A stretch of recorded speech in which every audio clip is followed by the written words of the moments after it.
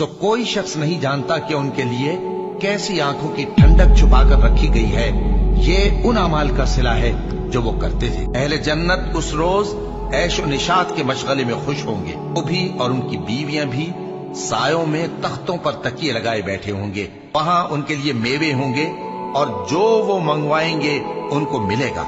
उनको परवरदिगार मेहरबान की तरफ से सलाम कहा जाएगा। वो जन्नत जिसका परहेजगारों से वादा किया जाता है, उसकी सिफत यह है कि उसमें ऐसे पानी की नहरें हैं जो बू नहीं करेगा, और दूध की नहरें हैं जिसका मजा नहीं बदलेगा, और शराब की नहरें हैं जो पीने वालों के लिए सरासर लज्जत है, और साफ शुदा शहद की नहरें हैं, और वहां उनके लिए हर किस्म के मेवे हैं, और उनके परवरदिगार की तरफ से मगफिरत है।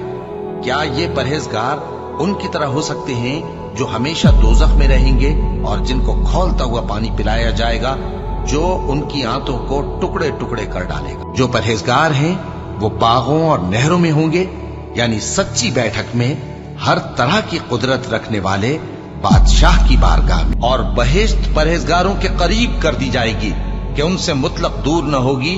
यही वो चीज है जिसका तुमसे वादा किया जाता था, यानी हर रुजू लाने वाले, हिफाजत करने वाले से, जो रहमान से बिन देखे डरता रहा और रुजू करने वाला दिल लेकर आया। उसमें सलामती के साथ दाखिल हो जाओ। ये हमेशा रहने का दिन है। वहां जो चाहेंगे उनके लिए हाजिर होगा। और हमारे यहां और भी बहुत कुछ है। अल्लाह फरमाएगा कि आज वो दिन है कि सच्चों को उनकी सच्चाई ही फायदा देगी। उनके लिए बाग हैं जिनके नीचे नहरें बह रही हैं, हमेशा हमेशा वो उनमें बसते रहेंगे। अल्लाह उनसे खुश है और वो अल्लाह से खुश हैं। यही बड़ी कामयाबी है। और जो अपने परवरदिगार की खुशनूदी हासिल करने के लिए मुसाइब पर सब्र करते हैं और नमाज पढ़ते हैं, और जो माल हमने उनको दिया है उसमें से पोशीदा और जाहिर खर्च करते हैं और नेकी से बुराई को दूर करते हैं, यही लोग हैं जिनके लिए आकिबत का घर है, यानी हमेशा रहने के बागात जिनमें वो दाखिल होंगे।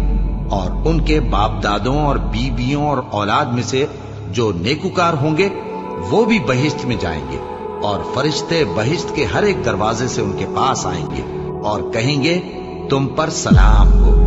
ये तुम्हारी साबित कदमी का बदला है और आकिबत का घर खूब घर है। जिस जन्नत का परहेजगारों से वादा किया गया है उसकी शान ये है कि उसके नीचे नहरें बह रही हैं, उसके फल हमेशा बाकी रहने वाले हैं और उसके साए भी। ये उन लोगों का अंजाम है जो मुत्तकी है, और काफिरों का अंजाम दोज़ख है।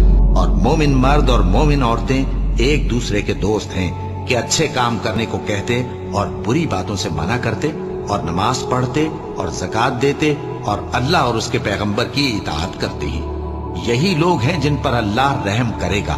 बेशक अल्लाह गालिब है, हिकमत वाला है।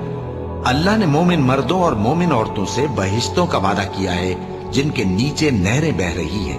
वो उनमें हमेशा रहेंगे, और अबदी बहिश्तों में नफीस मकानात का वादा किया है।